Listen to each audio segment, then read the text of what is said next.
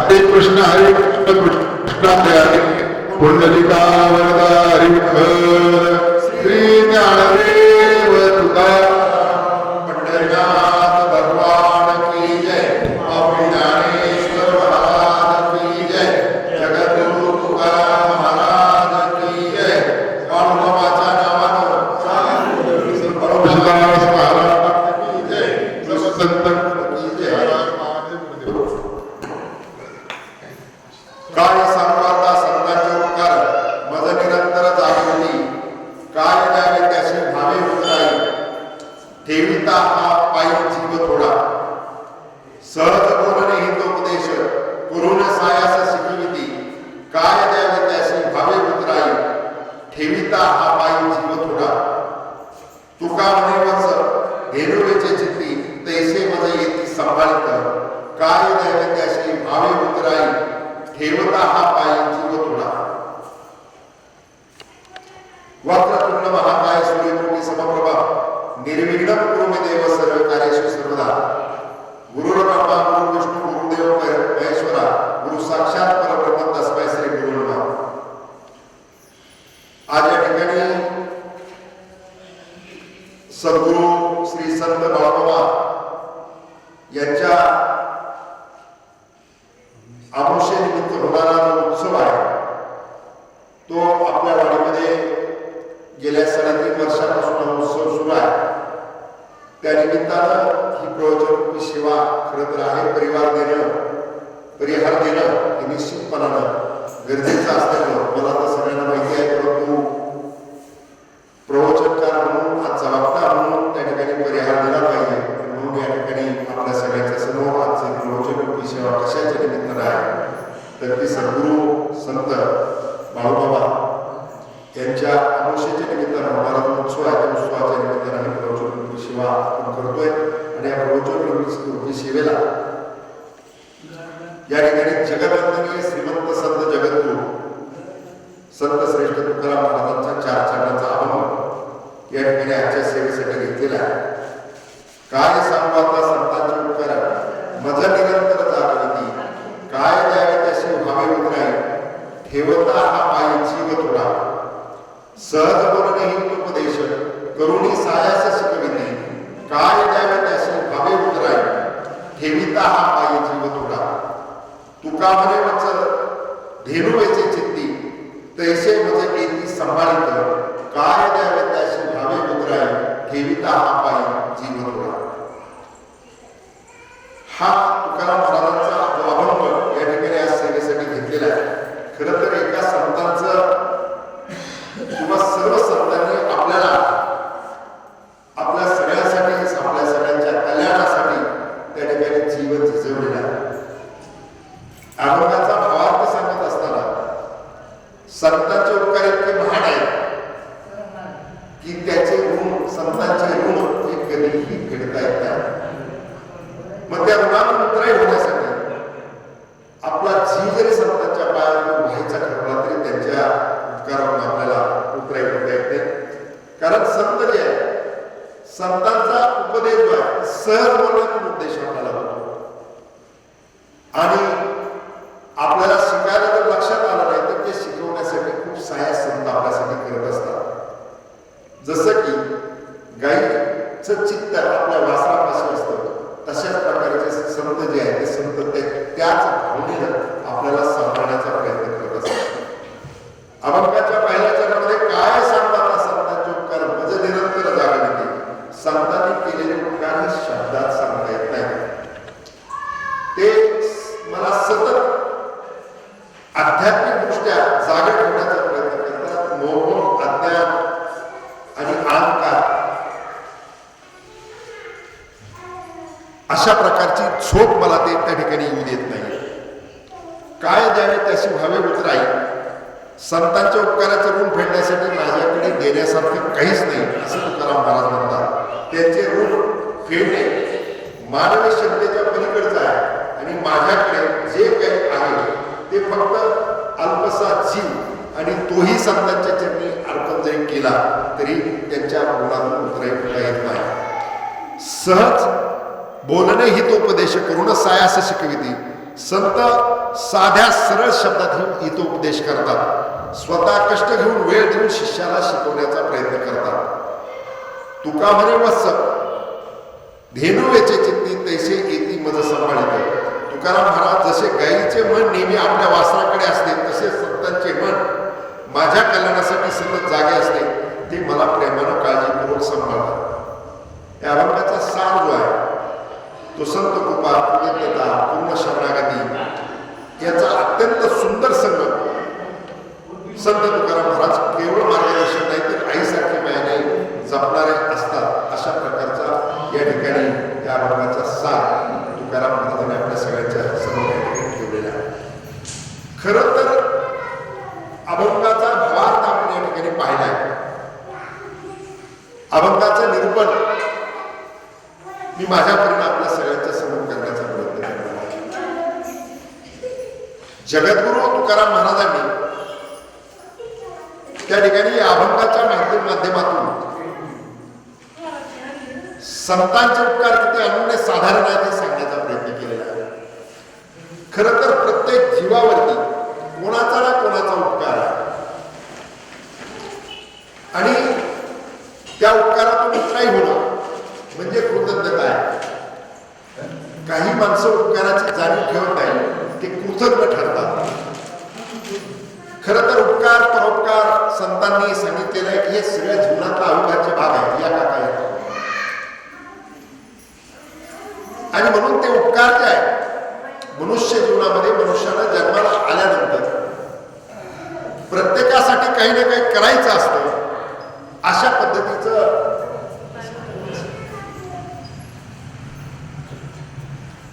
बसा तुमची गुडघ्यांचं ऑपरेशन केलेलं आहे त्यामुळे मी त्याला भेटून तरी असं खाली बसू देत नाही, बसायचा प्रयत्न केला. तर या ठिकाणी संतांचे उपकार जे ते अनन्य साधारण असे उपकार त्या ठिकाणी जीवावरती आहे. संतांचे उपकार संतांनी कोणाकोणावर उपकार केले? जडावर केले, जीवावर केले आणि जडावरती केले. जड जीव आणि जड यांच्यावरती संतांनी उपकार केलेले आहे. आता ते कसे म्हटलं तर आपल्याला पाहता येतील. ज्ञानेश्वर माऊली आणि भावंड भिंतीवरती बसलेले होते आणि 1400 वर्ष आयुष्य लाभलेले चांगदेव आले. वाघावर बसून हातात सर्प घेऊन त्यांना अहंकार झालेला होता. ते ज्ञानेश्वर माऊलीला पाहायला आलेले पण ते अहंकार झाला. त्यांना पाहिल्यानंतर लेकरांना चांगदेव महाराजांना एकाहीच नाही असं वाटतं आणि मग त्यांचा अहंकार लक्षात आल्यानंतर त्या ठिकाणी माऊलींनी चमत्कार दाखवायचा म्हणून त्या ठिकाणी जडाचा उद्धार करायचा म्हणून भिंत चालवली माऊली आणि चांगदेवांचा अहंकार निश्चितपणे जीवाचा उद्धार केला. तो जीवाचा उद्धार करत असताना ज्यावेळेस पंडितांना अहंकार झाला, शुद्धीपत्र मागायला गेल्यानंतर पंडितांना अहंकार झाला. पंडितांना अहंकार झाल्यानंतर ज्यावेळेस त्यांनी सांगितलं की जीव सगळा जो जीव आहे तो जीव एकच आहे, मी प्रत्येकामध्ये मी स्वतःचा आहे किंवा देव आहे असे अनुभव मी करतो. आता ते पंडित बोलत असताना माऊलींना म्हटलं की समोरून रेडा येत होता. ते म्हटलं रेड्यात आहे का जीव तुझ्यासारखा? म्हणजे मग आता तू वेद तू बोलतोस तर तो वेडा बोलेल, हा रेडा बोलेल का वेद? माऊली म्हणजे हो बोलेल. आणि मग रेडा बोलवला गेला आणि याला वेद बोलायला सांगितलं. माऊलींनी रेड्याच्या हातावरती डोक्यावरती हात ठेवला आणि रेडा वेद बोलू लागला. इथे जीवाचा उद्धार केलेला आहे आणि जगाच्या कल्याणा संतांच्या विरोधी अशा पद्धतीनं जगाचा उद्धार त्या ठिकाणी माऊलींनी केला. संत जे संत उपकारासाठी आलेले आहेत म्हणून या ठिकाणी सांगत असताना माऊलींनी तुकाराम महाराजांनी या ठिकाणी सांगत असताना संतांचे उपकार अनंत साधारण उपकार आहे. आता आपल्यावर कोणाचा उपकार आहे? आपल्यावरती देवाचा उपकार आहे, आपल्यावरती आईवडिलांचा उपकार आहे आणि आपल्यावरती संतांचा उपकार आहे. आता देवाचा उपकार आहे. देवाच्या उपकारापेक्षा देखील तुकाराम महाराजांचं म्हणणं संतांचा श्रेष्ठ आहे देवाच्या उपकारापेक्षा.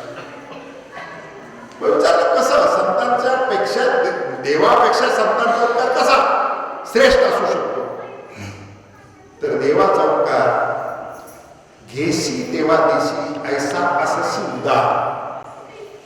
देव हा भक्तीचा उकेल आहे. त्याची भक्ती केली तर देव प्रसन्न होतो, देव उपकार करतो. देवाची भक्ती केली नाही तर तो उपकार करत नाही. किंवा देव जो आहे, देव उपकार करत असताना एक तर भक्तावर करतो नाहीतर दुष्टावरती करतो. कारण अवतार घेतो तो दुष्टाचा संहार करण्यासाठी घेतो आणि उपकार करतो तो भक्तावरती करतो.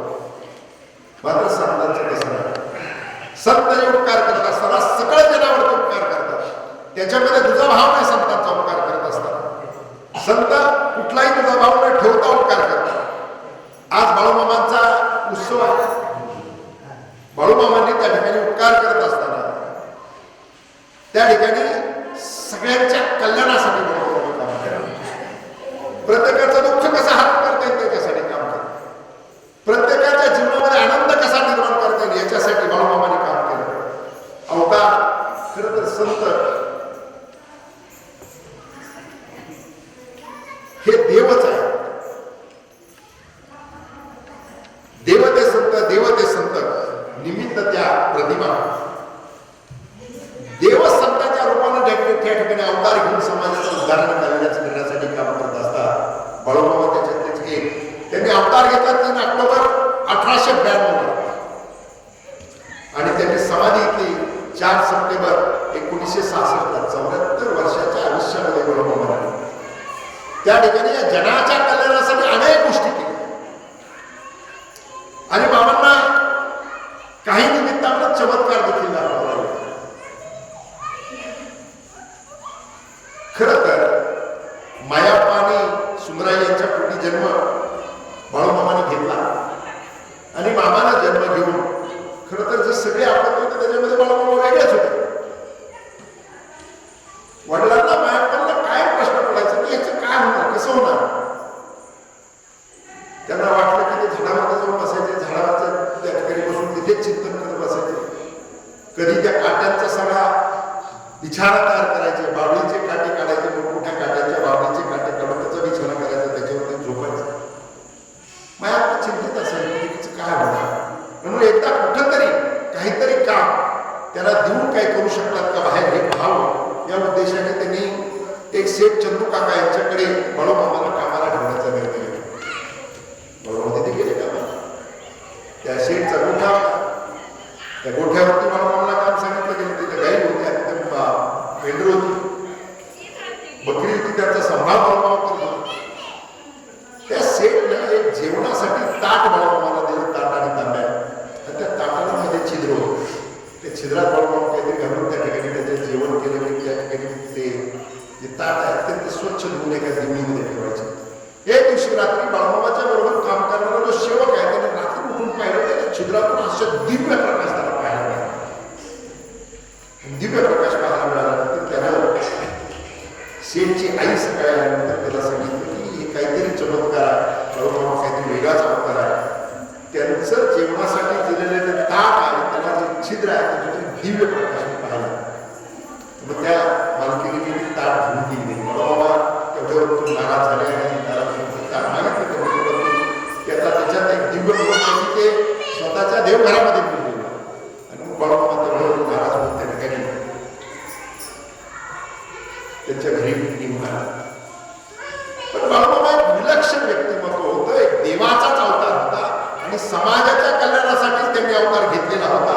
म्हणून पुढे जाऊन त्या ठिकाणी वेगवेगळ्या प्रकारचे प्रयोग करून जनतेच्या कल्याणासाठी, जनाच्या उद्धारासाठी त्यांनी जीवनभर कार्य करत असताना पांडुरंगाची विठ्ठलाची मूर्ती स्थापन करायची आणि त्याच्या माध्यमातून त्याची सेवा करत असताना वेगवेगळे उपक्रम राबवण्याचा प्रयत्न करायचा. एकदा मिटकी गावामध्ये चिकोत्रा नदीच्या काठी असा सोहळा त्या ठिकाणी त्यांनी केला. आणि सोहळ्याला अन्नदानाचा मोठा भव्य कार्यक्रम चालू होता आणि जेवण केल्यानंतर लोक मंत्रवाळ्या त्या ठिकाणी नदीच्या कडेला टाकायचे. सगळ्याच संतांना काय वेगळे नव्हते. कुणीतरी कळवलं अधिकाऱ्यांना की हे पंत्रवाळा टाकल्या जातात, नाचलं जातं, त्याच्या माशा दर्जे फुटतात आणि त्यापेक्षा रोगराई पाण्याचा प्रश्न निर्माण होतो. त्या अधिकाऱ्याने पोलिसांना घेऊनच त्या ठिकाणी आला आणि घेऊन त्याने आरडाओरडा करायला सुरुवात केली. मला शांतपणा त्याच्याकडे पाहत गेले. तुमच्या ह्या वागण्यानं रोगराई पसरते, तुमच्या वागण्यानं जर रोगराई जर पसरली तर त्याला तुम्ही जबाबदार राहतात. अशा पद्धतीने बोलत असताना खांद्यावरची घोंगडी जी आहे ती त्या ठिकाणी बाळमामाने हातात देखील घोंगडी फिरवली. पंचमहाभूतावरती देखील त्यांची सत्ता होती.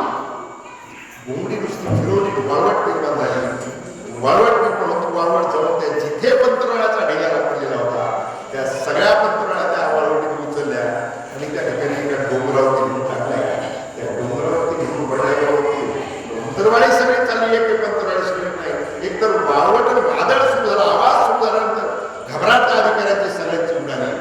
मात्र ज्यावेळेस त्या पंतरवाड्या सगळ्या डोंगरावरती जाऊन पडल्यानंतर ती वाळवट शांत झाली आणि त्या सगळ्या अधिकाऱ्यांनी बाळमामाच्या पायावरती आणि क्षमा मागितली. हे चमत्कार सुद्धा संतांना का दाखवायला? ज्ञानेश्वर माऊलींना जड भिंत चालवावी लागली कारण अहंकार तुटायचा. संतांनी जे चमत्कार दाखवले ते चमत्कार जे आहेत ते काहीतरी चमत्कार करायचं आणि काहीतरी जादू करायचा अशातला भाग नव्हता. संतांना चमत्कार याच्यासाठी करावे लागत होते, अहंकार तोडावा लागत होता. बाळूमामाने त्या ठिकाणी त्यांचा अहंकार त्या ठिकाणी तोडला. एक प्रसंग आणखी बाळूमामाच्या जीवनात असा. पंढरपूरच्या वारीला बाळूमामा निघालेले आहे, बकरी घेऊन पंढरपूरच्या वारीला निघालेले आहे आणि मीरा नदीला पूर आलेला रुद्ररूप त्या मीरा नदीत दाखल केलेला आहे. नावाडे जे होते, नावाडे त्या सर्दी गावात तिथे नावाडे नावा घेऊन होत. बाळूमामा म्हणले पैसे सगळे बकरी तुम्हाला न्यायचे, त्याचे पैसे असल्याशिवाय नेणार. बाळूमामाला थोडस वाईट वाटलं की संतांचा अपमान अशा पद्धतीने नावाड्या करतो. आणि बाळूमामाने सांगितलं की मी पंढरपूरच्या वारीला चाललोय, माझे बकरी घेऊन चाललेलो आहे. ज्या पंढरीश पांडुरंगाकडे चाललोय तो वाट करून देईल, तुझ्या नावे तू नेणार नसेल तर तो वाट करून देईल. आणि मामाने एक बकरं उचललं आणि त्या ठिकाणी पाण्यात टाकलं. ते बकरं पाण्यावरून चालायला बकऱ्याचा स्वभाव एक निघाला की सगळेच निघाले, सगळे पाण्यावरून ज्यावेळेस चालत निघाले बकरी आणि मामा, त्यावेळेस त्या नावाड्याने साष्टांग दरवर घालण्याचा मामाची माफी मागण्याचा प्रयत्न केला. वेळ निघून गेलेली होती. आणि म्हणून संतांचे चमत्कार जे आहे ते संतांचे चमत्कार त्या ठिकाणी अहंकार करण्यासाठी होते, समाजाच्या उद्धारासाठी, कल्याणासाठी होते. संत हे देवस्वरूप असतात आणि आपण संसारिक जीव जो आहे हे आपण देवापासून वेगळे आहोत आणि आपण देवापासून वेगळे आहोत. पण आपल्या सगळ्यांच्या कल्याणासाठी संतांना अवतार घेऊन कार्य करावं लागलं. आणि देवाचं अनन्यसाधारण महत्व काय ते आपल्याला दाखवून द्यावं लागतं. म्हणून मी तुम्हाला सुरुवातीला सांगितलं की देव उपकार करतो, पण कोणावर करतो? एक तर भक्तावरती करतो, नाही तर दुष्टावरती करतो. आई वडिलांचे उपकार तुकाराम महाराजांनी सांगितलं आई वडिलांचे उपकार आहे, परंतु आई वडिलांच्या उपकाराला मर्यादा आहे.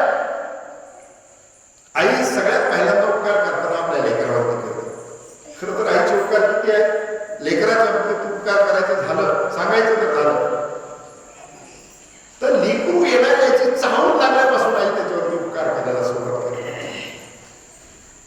परंतु आई सगळ्यात पहिला उपकार करताना लेकरावरती करते, दुसऱ्याच्या लेकरावरती नंतर करेल, स्वतःच्या लेकरावरती आधी करते. हा तुझा भाव आईकडे आहे. एकदा असंच एका गावामध्ये एका श्रीमंताकडे एक मोठा कार्यक्रम, त्या कार्यक्रमाने निमित्तानं जेवणाची फुलत होती. राम आणि श्याम ही दोन मुलं शाळेत विचार करतात की आज मोठा कार्यक्रम आहे, जे पाहायला मिळालं नाही ते खायला मिळेल, आपण जाऊया त्या कार्यक्रमात. मुलं ठरवले की ते मुलं परस्पर काही गोष्टी करत असतात. गेले. मोठा कार्यक्रम, मोठ्याच्या घरचा कार्यक्रम, मुलं जेवायला बसलेले. जिथं सगळ्यांनी चपला सोडल्या तिथं थोडीशी जागा केली, बसले जेवायला. तेवढ्यात बालकाला सांगितलं कुठेतरी व्हीआयपी पाहुणे आले, त्यांच्यासाठी बसायची जागा केली, पोरं उठवले, तिथं सगळं साफसूफ केलं. त्यांना उठवलं, ते दुसरीकडे जाऊन बसलं. जेवण वगैरे त्या दोन्ही लेकरांनी केलं. उन्हाळ्याचे दिवस होते. ती लेकरं त्या ठिकाणी जेवण झाल्यानंतर पुन्हा गावाच्या दिशेने निघाल्या. ती लेकरं परत येतात पुढे आणि महिला त्या ठिकाणी पुरवणी करत होत्या. त्याच्यातल्या रामच्या एका पुरवणीत होते. तिने लांबून ओळखलं की माझा जिंकूवाला विधान करतोय, पाय हसताय. ती पोरं कुठेतरी सावलीचा आधार थोडा घ्यायची, परत उन्हातून पडायचं. त्या बाईनं पटकन त्या आईनं एक पाण्याचा गार पाण्याचं भांड उचललं, भांड भरून ती रस्त्याच्या कडेला आली.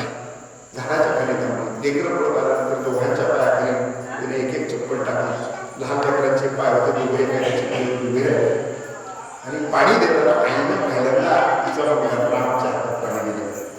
राम तिला नंतर शांत झाला. आईच्या प्रेमातला हा तुझा भाव. आई वडील प्रेम करतात, परंतु प्रेम करत असताना पहिल्यांदा आपल्या लेकरावरती करतात, लेकराच्या भल्यासाठी कल्याणासाठी करतात. मात्र संत जे आहे, संत उपकार करत असताना संत कुठलाही तुझा भाव नाही, सगळ्यांच्या कल्याणासाठी संत त्या ठिकाणी उपकार करत असतात. आणि मग तुकाराम महाराजांना असं विचारलं की फक्त संत उपकार करतात का? उपकारासाठी देवाने अनेक गोष्टी निर्माण केल्या. रविचंद्र घनो वृक्षा नदी गावाशा सज्जना ते परोपकारा युगे देवेने निर्मिता. एक सुभाषित आहे. देवानं 7 पदार्थ उपकारासाठी निर्माण केले. त्याच्यामध्ये सूर्य आहे, चंद्र आहे, मेघ आहे, वृक्ष आहे, नदी आहे, गाय आणि संत. हे 7 गोष्टींची निर्मिती केली. आणि मग तुकारामांना विचारलं की या 7 गोष्टींपैकी 6 गोष्टी ज्या आहेत त्याही उपकार करत असताना निष्काम सेवा करते, काहीच घेत नाही. सूर्याचा उपकार, सूर्यप्रकाश देतो, आपण सूर्याचं काही बिल देतो, पण सूर्याने बिल मागायला सुरुवात केली तर काय होईल? लाईटच भरताना अडचणीत सूर्याने मागितलं काय करायचं? मग तुकोबारावांना विचारतात की सूर्य उपकार करतोय, सूर्य त्या ठिकाणी सूर्याचा प्रकाश पडला की सूर्याच्या प्रकाशातून त्या ठिकाणी आमची पिकं चांगल्या पद्धतीने फुलत आहे. सूर्याच्या प्रकाशामुळे आम्हाला डी जीवनसत्व मिळतं, आमचं जीवन चांगल्या पद्धतीने घडतंय, आमचं शरीरयष्टी चांगल्या पद्धतीने घडते, कारण सूर्याच्या किरणानं आम्हाला मिळालं डी जीवनसत्व आहे. त्याच्यामुळे आमच्या शरीराची सदृढपणा वाढवते. सूर्याची किरण पडली की पिकाची चांगल्या पद्धतीने वाढ होते. मग सूर्याचे उपकार नाहीत का? सूर्य तर आमच्याकडून काय घेत नाही. तुकोबाला म्हणतात सूर्याचे उपकार आहे भाग्यच आहे, परंतु सूर्य हे 12 तासात उपकार करतो. रात्री सूर्यास्त झाला की अंधार होतो, त्याच्यामुळे सूर्याच्या उपकाराला मर्यादा आहे. सूर्य हिवाळ्याच्या दिवसामध्ये चांगला वाटतो, पण उन्हाळ्याच्या दिवसात तापल्यानंतर तो ताप देतो. हा सूर्याच्या संतांच्या उपकारातला फरक आहे की सूर्याचा त्रासही होतो, जसा फायदा आहे तसा त्रासही आहे, जसा प्रकाश आहे तसा अंधार पण आहे. सूर्य 12 तास त्या ठिकाणी अंधार करतो. चंद्राच्या उपकाराच्या बाबतीत तुकोबाला सांगतात की चंद्राची शीतलता जी आहे, चंद्राच्या शीतल प्रकाशामुळे आमच्या अन्नधान्यामध्ये जे जीवनसत्वाची वाढ आहे तर चंद्राच्या शीतल प्रकाशामुळे आहे. परंतु चंद्र देखील शीतल प्रकाश देत असताना कले कलेनं चंद्र वाढत जातो, पण तो चंद्र कले कलेनं कमी होत जातो. आमुष्याला आम्हाला चंद्र दिसत नाही. म्हणून चंद्राच्या उपकाराला देखील मर्यादा आहे. त्या ठिकाणी मेघाचे उपकार सांगायचे. मेघ जो आहे, खरं तर मेघ आल्यानंतर मेघाचे उपकार किती आहे? आपण पावसाची वाट पाहतो. आता उन्हाळा संपला की मे नंतर जून महिन्याला आपल्या सगळ्यांच्या नजरा आकाशाकडे लागणार. पाऊस कधी येणार याच्याकडे नजर लागणार, कारण पाऊस नाही आला. मेघ जर गर्जना झाली नाही, पाऊस जर आला नाही तर मग दुष्काळ पडणार, आमची संकट निर्माण होणार. मेघ येतो, पाऊस मग त्या ठिकाणी पडतो. पाऊस पडल्यानंतर आमच्या शेतीतनं पिकं काढण्यासाठीचा आमचा सगळा प्रयत्न असतो, तर त्याला पावसाची आवश्यकता असते. म्हणून मेघ उपकार करतो. तो मेघ उपकार करताना देखील आपण काय घेत नाही. ढग येतात, आपल्याकडून काय घेतात, आपण काय देतो त्यांना. त्यांचेही उपकार निष्काम आहे, परंतु त्या ठिकाणी त्याला देखील मर्यादा आहे. कधी अतिवृष्टी आहे, कधी दुष्काळ.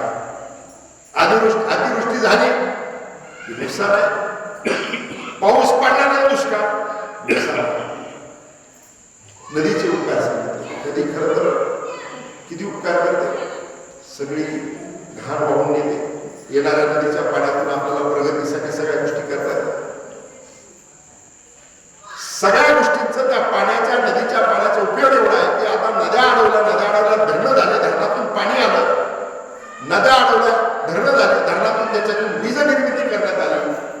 नदीचे उपकार आहेत, पण नदीच्या उपकाराला देखील मर्यादा आहे.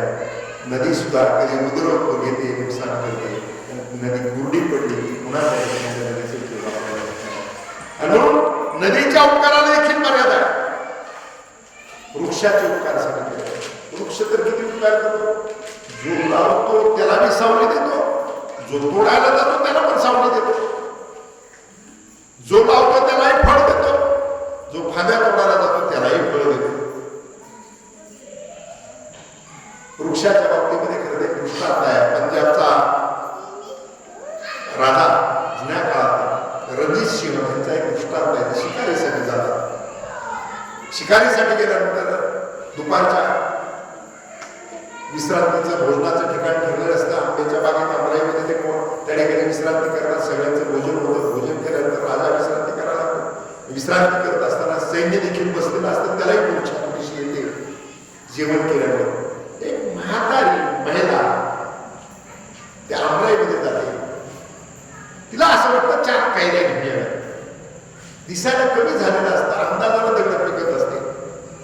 ती अंदाजाला दगड फेकत असताना त्याला काहीच माहित नाही. तर राजा झोपलेला आहे, त्याचं सैन्य पडलेलं आहे, बसलेला आहे. तिचा दगड राजाच्या डोक्यावरती लागतो. राजा मोठ्याने बोलतो. राजा बोलला की सैन्य देखील गडबडून त्या ठिकाणी उठतात. पाहतो तर म्हातारी तिला म्हातारीला नको मानतात. म्हातारीला नको मानल्यानंतर महाराज सांगतात, एक सैन्य सांगतात या म्हातारी दगड मारला तो म्हातारीला. राजा म्हणजे काही हरकत नाही, या म्हातारीमध्ये सैन्याला हजर. दुसऱ्या दिवशी हजर केलं जातं. पण राजा चिंतन करतो. जखण म्हातारी झालेली म्हातारी, कृष झालेली म्हातारी तिला दिसत नाही, परंतु ती फळाच्या अपेक्षेने झाडाला दगड मारत. राजा विचार करता करता झाड दगड मारणे सगळ्या गोष्टी चिंतन करतात. दुसऱ्या दिवशी दरबारात झालेला प्रकार सगळा सांगितला जातो आणि राजा म्हणतो की या म्हातारीच्या बाबतीत काय केलं पाहिजे, माझ्या मंत्रिमंडळाला निर्णय करून सांगावा.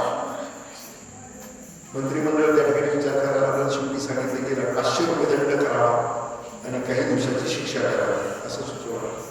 तो राजा म्हणतो मला असं वाटतं माझ्या दरबारात कुणीतरी शहाणा असेल आणि जो वृक्ष आहे त्याला फळं येत आहे, त्या वृक्षाला लोक त्या फळाच्या अपेक्षेने दगड मारतात. तर वृक्ष कधी तक्रार करत नाही. पण त्या वृक्षापेक्षा हा राजा काय कमी आहे का? या म्हातारीला शिक्षा द्यायचं कारण नाही. जसं झाड गोड फळ दगड मारल्यानंतर देखील देते, मला दगड लागलेला असला तर या म्हातारीचा सन्मान केला पाहिजे. तिने मला त्या ठिकाणी एक तत्वज्ञान याच्यातून शिकवलेलं आहे. म्हणून त्या म्हातारीला 500 रुपये देऊन तिची ओटी भरून तिचा सन्मान करा अशा प्रकारचे राजा त्या ठिकाणी सांगतो. अशा प्रकारचे अनन्यसाधारण वृक्षाचे देखील उपकार आहे, परंतु त्या उपकाराला देखील मर्यादा आहे. फळ यायला कालखंड ठरलेला. गायीचे उपकार आपल्याला गायचं मूत्र पवित्र आहे, गायचं शेण पवित्र आहे, सगळ्या गोष्टी सर्व पवित्र आहे. परंतु तरी देखील गायीच्या उपकाराला देखील मर्यादाच आहे. त्याला ठरलेला कालखंड आहे. भाकड काळचा मोठा आहे, म्हणून गायीच्या उपकाराला देखील मर्यादा आहे. मात्र तुकोबाराय सांगतात संतांच्या उपकार याच्या सगळ्याच्या पलीकडे. संत जे देतात ते संत केवळ जड जीव आणि जन यांच्या कल्याणासाठी संत काम करतात आणि त्यांच्या कल्याणासाठीच संत सगळ्याचा सदाचा ध्येय झिजवतात. त्या ठिकाणी आयुष्य झिजवतात आणि त्या ठिकाणी जनतेच्या कल्याणासाठी, समाजाच्या जीवाच्या कल्याणासाठी काम त्या ठिकाणी करण्याचा प्रयत्न संत करत असतात. तुकोबाराने त्यांचं जीवन जगत असतात. त्या ठिकाणी जसं बाळूमामाचं मी सांगितलं, बाळूमामाने स्वतःचं जीवन ह्या जनतेच्या कल्याणासाठी घालवलं, तसं तुकोबाराने जनतेच्या कल्याणासाठी घालवलं. ज्ञानेश्वर जनतेच्या कल्याणासाठी घालवलं. नामदेव महाराजांनी जनतेच्या कल्याणासाठी जीवन घालवलं. तुकाराम महाराजांचं तर उपकार या विषयावरती, परोपकार या विषयावरती बोलायचं झालं तर तुकाराम महाराजांवरती किती वेळ बोलतो. लहानपणी तुकोबारा सगळ्या त्यांच्या मित्र परिवारामध्ये खेळत असायचे. एकदा काय गरीब मुलाला, लहान समाजातला मुलगा, त्यानं सांगितलं तुकोबाराच्या हातात फिरवलं चालत छान दिसतं, तुकोबाराचीच काढून परोपकाराची सवय तुकोबाराची लहानपासून. त्याच्याच वडिलांकडे नेमकं तुकोबाराच्या वडिलांचं कर्ज होतं आणि वसुलीसाठी तुकोबारा गेल्यानंतर त्यानं गैरवाद केली, माझ्याकडे सध्या द्यायला काहीच नाही म्हणलं. दिवाणजी बरोबर होता. त्या दिवाणजीनं त्या मुलाच्या हातात कडं पाहिलं. त्यानं दिवाणजीने सांगितलं महाराजाच्या मुलाच्या हातात चांदीचं कडं ते म्हटल्याबरोबर त्याचा बाप जातो, ते चांदीचं कडं काढून ते देऊन ज्यावेळेस तुकोबारायांच्या वडिलांच्या हातात बरोबर हातात कडा आल्याबरोबर ते पाहतात आणि हे तर तुकारामाचं कडं वाटतं. ते घरी येतात, महाराजांच्या आईच्या कणकाईच्या हातामध्ये कडं देतात आणि हे कडं तुकोबाच्याच हातात नाही. तुकारामानं 7-8 दिवसापासून तुकारामाच्या हातात कडं दिसत नाही, बोलून घेतात तुकाराम महाराजांना. लहान असतात तुकोबारा, त्यांना आई विचारते, अरे हे कडं तुझंच आहे ना? हो. तू कसं काय दिलं होतं मित्राला? त्यानं मागितलं मी दिलं. अरे मग असं कुठं कडं देतात का? चांदीचं कडं कुठं देतात का? तुकोबारा म्हणले सोन्याचं नव्हतं म्हणून चांदीचं दिलं. म्हणजे बालपणापासून परोपकार हे तुकोबारायांच्या जीवनामध्ये निश्चितपणाने होते. परोपकार करत असताना तुकोबारायांनी खरं तर केवढा मोठा उपकार, जगाच्या पाठीवरती पहिली कर्जमाफी करणार कोण? तर तुकाराम महाराज. कर्जाच्या वह्या बुडवल्या, स्वतःच्या वाट्याला वह्या ज्या आहेत त्या बुडवल्या, भावाच्या वाट्याच्या भावाला दिल्या आणि स्वतःच्या वाट्याच्या वह्या इंद्रायणीत बुडून टाकल्या, इंद्रायणीत वह्या बुडवल्या आणि त्याच्यानंतर तुकोबारायांच्या गाथा दगड बांधून बुडवल्या. कर्जाच्या वह्या बुडवल्या, गाथा मात्र दगडासकट वर आल्या. हे तुकोबारायांच्या जनासाठी केलेल्या कल्याणाचा तुकोबारायांच्या जीवनातले परोपकाराचे प्रसंग अनेक आपल्याला सांगता येतात. तुकोबारा कुठे भजन करत बसायचे. एक दिवशी घरातच भजन करत बसलेले असताना एक महिला आली. संतांचा उपकार सांगतो. एक महिला आली आणि तुकोबाराची परिस्थिती कर्जाच्या वह्या बुडवल्यानंतर आपला समाज पण फार भारी आहे. एकदा असं कुठेतरी कीर्तनात मी गेलो, अर्ध कीर्तन सुट्टी. आता आपण सामाजिक क्षेत्रात, राजकीय क्षेत्रात काम करणाऱ्या माणसं अनेक ठिकाणचे कार्यक्रम करत जात असताना एका ठिकाणी गेलो. तिथे एका महाराजांचं कीर्तन चालू होतं. तुकोबारायांची गरिबी, दारिद्र्य हे कीर्तनातून सांगितलं जातं. मी नंतर ज्यावेळेस बोलायला पाहिजे त्यावेळेस तुकोबारायांची श्रीमंती सुद्धा सांगितली पाहिजे. महाराजांनी सांगितलं पुढच्या वेळेस तुम्हाला श्रीमंती ऐकायला पाहिजे. मुलं उपाशी राहिले, अन्न करून गेले, अशा प्रकारचं सांगितलं जातं. आपला समाज काय तुकोबारायांनी ज्यावेळेस एकदा दुष्काळ पडला त्यावेळेस सगळ्यांसाठी स्वतःचं धान्याचं गोदाम मोकळं करून दिलं. गोदामाचे दरवाजे उघडल्यानंतर तुकाराम महाराजांच्या घरात देखील त्याला खायला धान्य लागते याचा पण विचार केला नाही. धान्याचा कर तिथं घरात ठेवला नाही. ही अवस्था त्या ठिकाणी झाली. परोपकाराच्या बाबतीमध्ये तुकाराम महाराजांनी त्या ठिकाणी कधीही या गोष्टीचा कोणताही विचार केला नाही. परोपकार करत असताना स्वतःच्या प्रपंचाचा कुठला विचार न केला. आणि मग माता आंघोळ करत होत्या. आंघोळ करत असताना त्यांचं एक साडी होती, त्याच्यावर तरी महिला चाललेली होती. त्या महिलेनं सांगितलं तुकाराम महाराजांना. ती म्हटली की बाबा एखादं जुनं पानं वस्त्र असेल तर दे, मला साडी दे, तुझं कल्याण होईल. कारण मला दुसरी साडी नसल्यामुळे कित्येक दिवसापासून त्या आंघोळ केली आहे. आता परोपकाराची सवय त्यांनी बोट केलं. जिजाईला 2 साड्या आणि ती काढून ठेवलेली. बोट केल्यानंतर ती म्हातारी ती साडी घेऊन गेली. नंतर बोट कल्याण होईल म्हणून अशा प्रकारचा आशीर्वाद देऊन गेली. जिजाईची आंघोळ झाली. आंघोळ झालं फक्त ती साडीच नाही. काय झालं असेल, कुठं गेली असेल, कुणी नेली असेल, काय असेल चिंतन करत असताना तुकोबारायांनीच कोणाला तरी दिली. मला आवाज आला, कुणीतरी आला, कुणीतरी मागितली, यांनी देऊन टाकली म्हणून ते चिडचिड करायला लागले. पंढरपुराने कौतुक रत्न जडीत शालू त्या ठिकाणी ठेवला आणि जिजाईला तो शालू मिळाला. पण तुकोबाराने हा कधी विचार केला नाही. तुकोबारा भजन करत बसायचे. भजन करताना कोणी सांगितलं का की ते तुकोबारा करायचे. एकदा असे तुकोबारा भजन करत बसले. संतांचे उपकार सांगतो. गावकरी सगळे उमऱ्याच्या बाजाराला निघाले. ते म्हणजे चला तुकोबा येताय का उमऱ्याला? बाजाराला म्हणजे चला. यांच्याबरोबर भजन म्हणत म्हणत म्हणत सगळ्यांबरोबर तुकोबारा निघाले.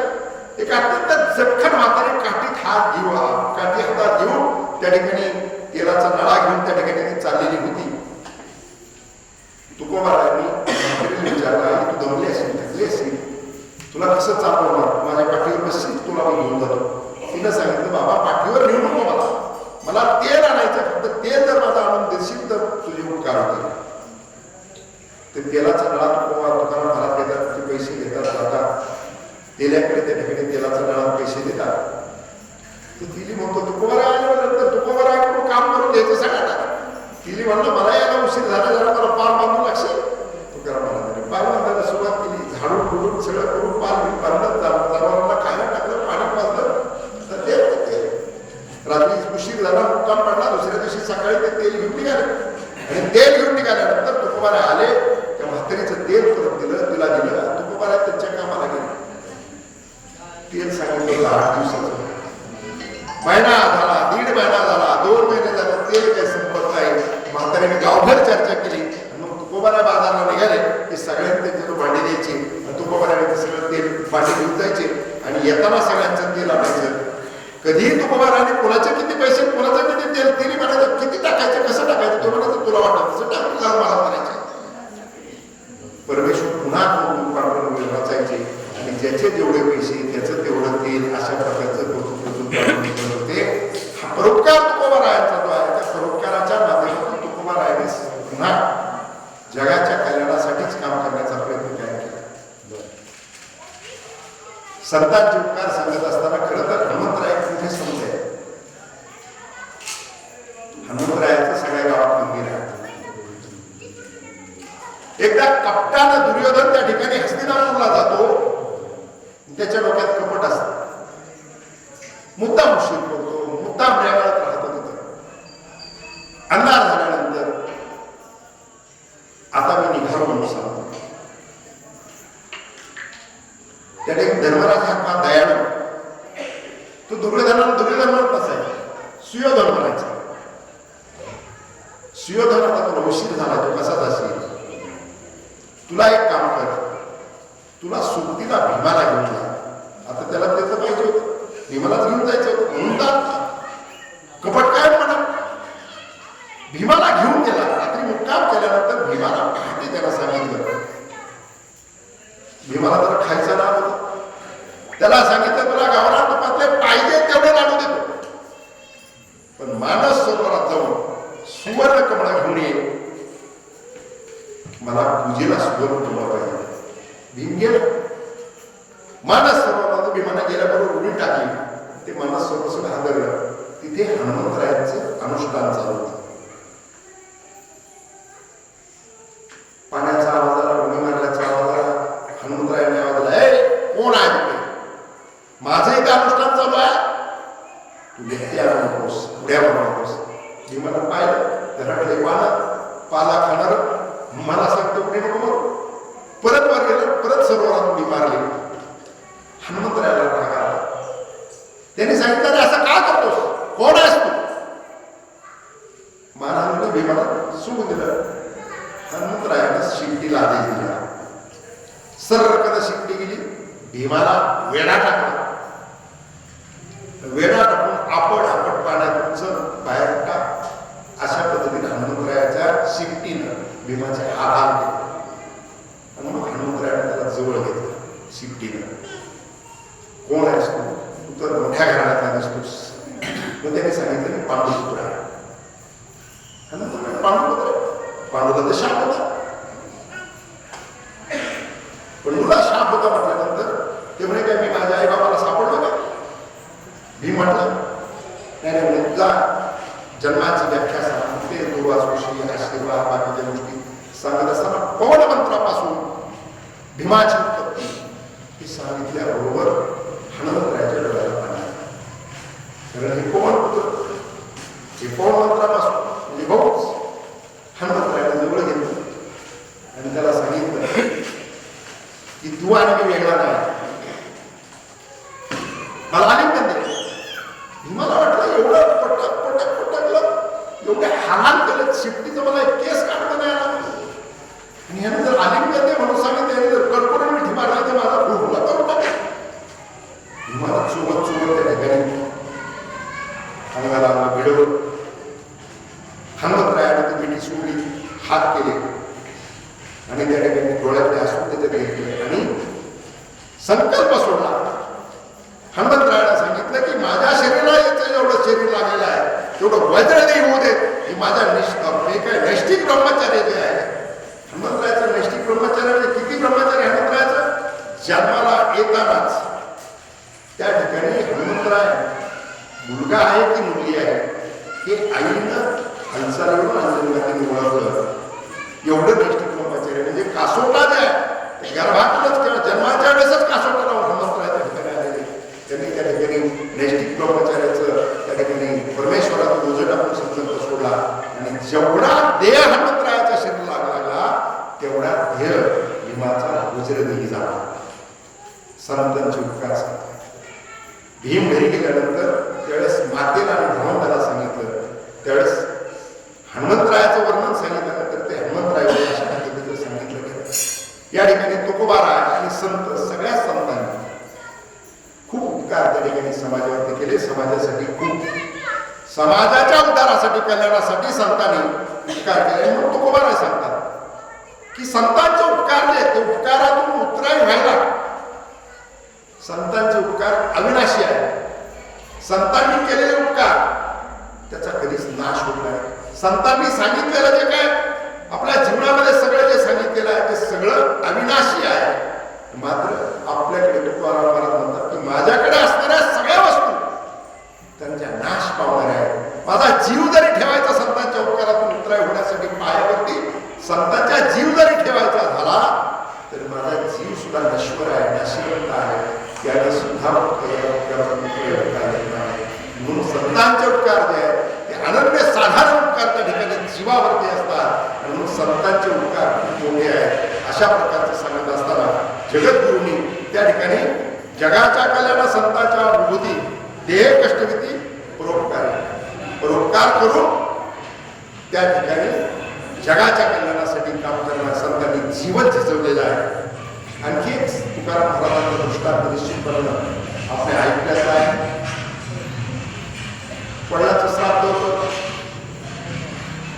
तुकाराम महाराजांचे धर्मपत्नी सांगतात पुत्र आहेत आपले, त्याच्यामुळे पुत्रासाठी काहीतरी ठीक आहे पाहतो जात असताना तुकोबाराला परोपकार किती.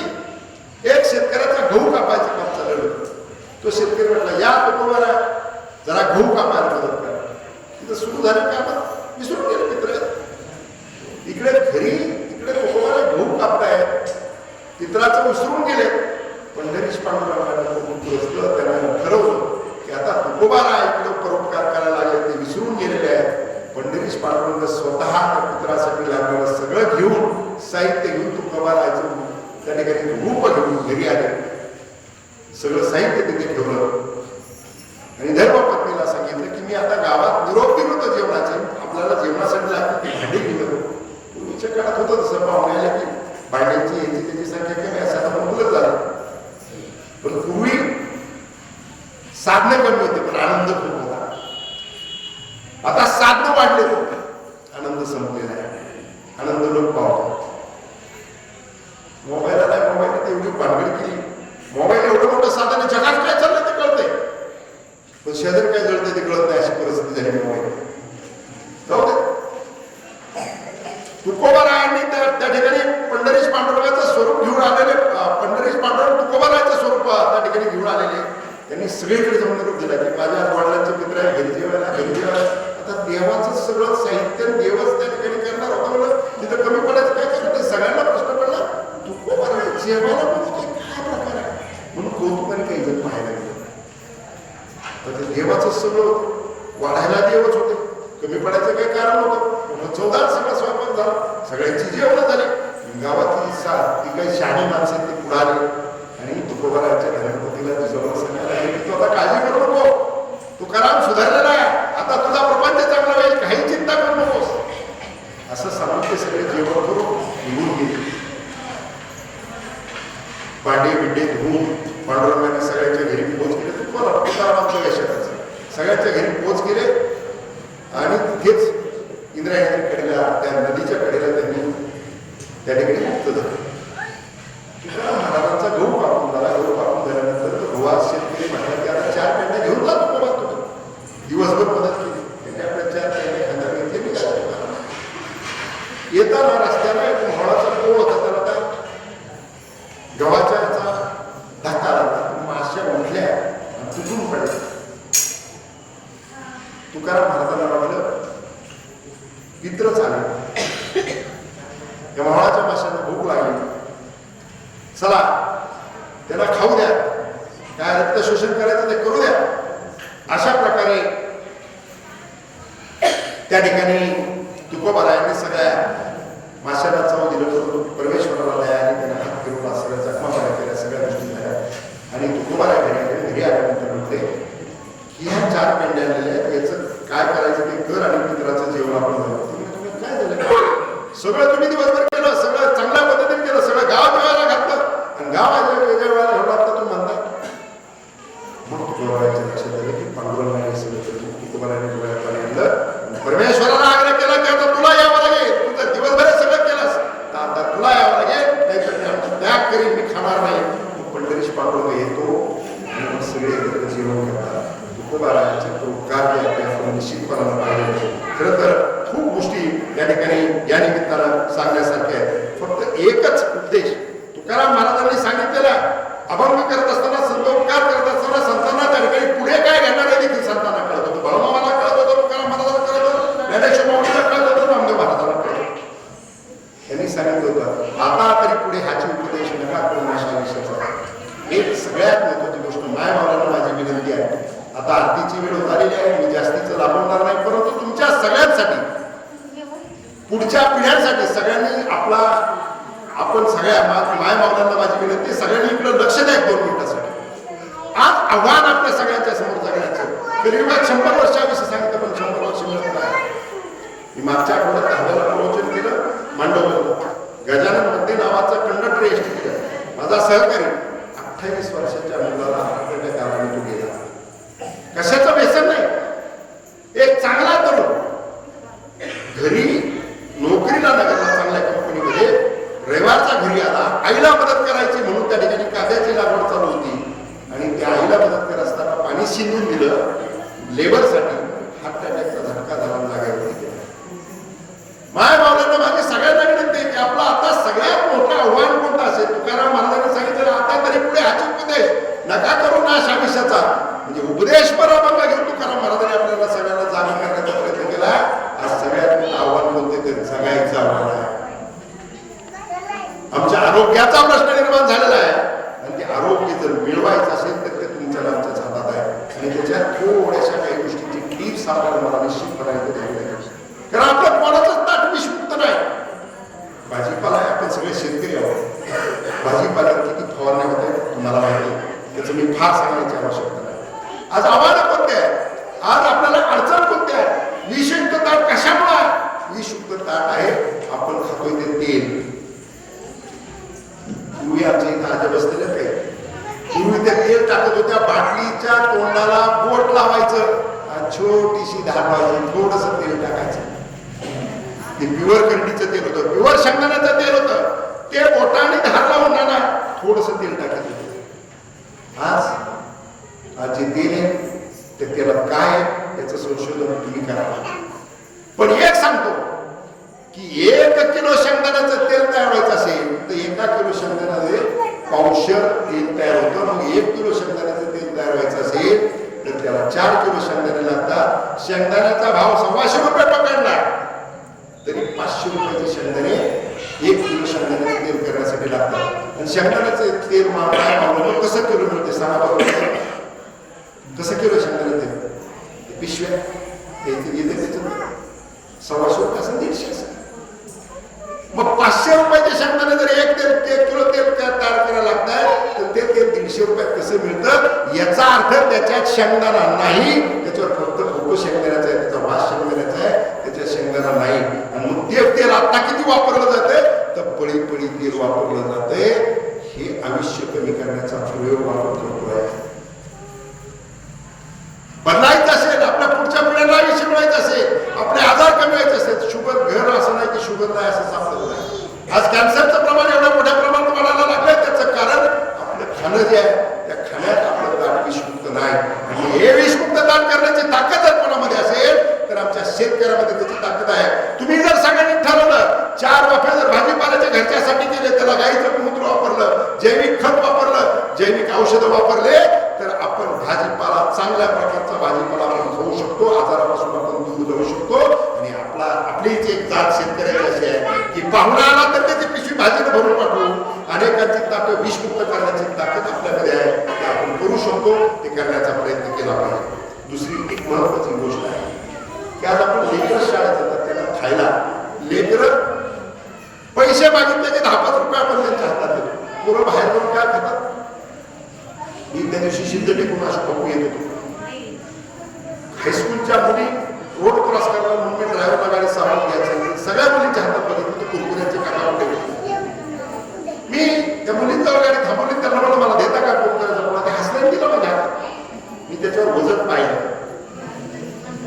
वजन 48 ग्रॅम आणि त्याची किंमत 10 रुपये. ते कुरकुऱ्याचं हिशोब काढला मी तर 208 रुपये किलो कुरकुरे पडतात आणि शेंगदाणे 125 रुपये किलो. अरे मुठभर शेंगदाणे आणि गुळ दिला तर त्यांना आरोग्य मिळेल. ते जे खात आहेत ते कोणत्या तेलात तळले. मला वाटतं मग कशा अशोक पुस्तकाला ती लांबची वेळ पेटवली तर त्याच्यासाठी पण काय त्याच्यात याचा विचार केला पाहिजे की आरोग्याला आजाराला निमंत्रण आहे. आणि म्हणून या सगळ्या गोष्टी ज्या आहेत त्या टाळण्याची आवश्यकता आहे. तंबाखू खातात आमची काय माणसं, इथं कोणी खराब खात नाही, मला माहिती आहे. तंबाखू कशी माहिती 10 ग्रॅमची पुडी आहे. 10 ग्रॅमची पुडी 10 रुपयाला आहे. 1 ग्रॅम 1 रुपयाला पडला. एका किलोला 1000 ग्रॅम आहे. 1000 ग्रॅमला 1000 ग्रॅम म्हणल्यानंतर 1 रुपयाला 1 ग्रॅम जर आहे तंबाखू 1000 रुपये किलो. बदाम कसे आहेत माहिती आहे? 800 रुपये किलो बदाम, 800 रुपये किलो काजू, सगळं 1000च्या आसपास आहे. पण आम्ही 1000 रुपयाची तंबाखू खातोय. बदाम काजू काय गरिबाचं खाण्याचं म्हणतोय. तंबाखू बंद झाली तर बदाम काजू घरात येऊ शकतात. आणि याच्याही पेक्षा भयंकर विष आपण खातोय गुटखा. सरकारने त्याच्यावर बंदी आणली, महाराष्ट्रातली अशी एकही टपरी नाही पाण्याची तिथे गुटखा मिळत नाही. गुटख्याची पुडी किती ग्रॅमची? 3.5-4 ग्रॅमची. तिची किंमत आहे 30 रुपये. 1 ग्रॅमची किंमत जर काढली तर 8 रुपयाला ग्रॅम पडते. 8 रुपयाला 1 ग्रॅम मला कसं किलो लागतो सांगा, कसं किलो? 1000 ग्रॅमचा 1 किलो 8 रुपयाला 1 ग्रॅम. सर कसं काय बसले सर? 8,000 रुपये किलो. 8,000 रुपये किलोचा गुटखा खातोय. त्या गुटख्याच्या पुढीवरती कॅन्सर झाल्यानंतर माणसाचं खबर कसं होतं त्याचा फोटो आहे, ते पाहते पोरं फोडते तर खाते. माझी विनंती एवढीच आहे. मी परवा दिवशी मांडवमध्ये त्या लग्नाच्या धाब्यामध्ये प्रवचन करत असताना तंबाखूचं सांगितल्यानंतर एकानं काका खरून रेट सांगितलं. म्हणजे तंबाखू कुठे केवढा लागतो? 10 रुपयाला. म्हणजे माहिती आहे सुरेश राव मला जेव्हा माहिती. मग पुढचं सगळं सांगितल्यानंतर उठला श्रद्धांजली वाहताना सांगितलं आजपर्यंत तंबाखू खातो तो आणि आता पुढे पिकून दिली, तंबाखूची पुढे खाताना दिसणार. माझी विनंती असेल की तुमच्या आरोग्याचं नुकसान करणाऱ्या गोष्टी त्या टाळल्या पाहिजे. गुटखा जर 8,000 रुपये किलोचा आपण खातो, ते 1 किलो गुटखा खाणाऱ्यानंतर तो गुटखा सोडून दिला तर त्याच्या घरात रोज दिवाळी होईल त्याचं चिंतन या निमित्तानं केलं पाहिजे. म्हणून संतांनी आपल्या सगळ्यांना हेच सांगितलेलं आहे. संतांनी आपल्या कल्याणासाठीचा मार्ग सांगितलेला आहे. संतांनी जीवन झिजवलं ते आपल्या कल्याणासाठी झिजवलेलं आहे, समाजाच्या कल्याणासाठी झिजवलेलं आहे. संतांचा स्वतःचा स्वार्थ कधीच काही नव्हता. बाळूमामानं देखील त्याच पद्धतीनं स्वतःचं जीवन झिजवण्याचा प्रयत्न केला. अमावस्येच्या निमित्तानं आपण त्यांचा उत्सव साजरा करतो. अमावस्येला एक वेगळ्या प्रकारची ऊर्जा निर्माण होत असती. छत्रपती शिवरायांनी जेवढ्या लढाया केल्या त्याला तेवढ्या त्या जिंकलेल्या सगळ्या लढाया छत्रपती शिवरायांनी अमावस्येच्या दिवशी केल्या होत्या. आणि बाळूमामाचा उत्सव देखील आपण अमावस्येच्या दिवशी करतो, कारण पर्व काळ वेगळी शक्ती देणारा दिवस आहे. आणि त्या दिवसाच्या निमित्तानं आपण सर्वजण या ठिकाणी बाळूमामाच्या उत्सवासाठी आलेला मी आपल्या सगळ्यांना अंतःकरणापासून धन्यवाद देतो.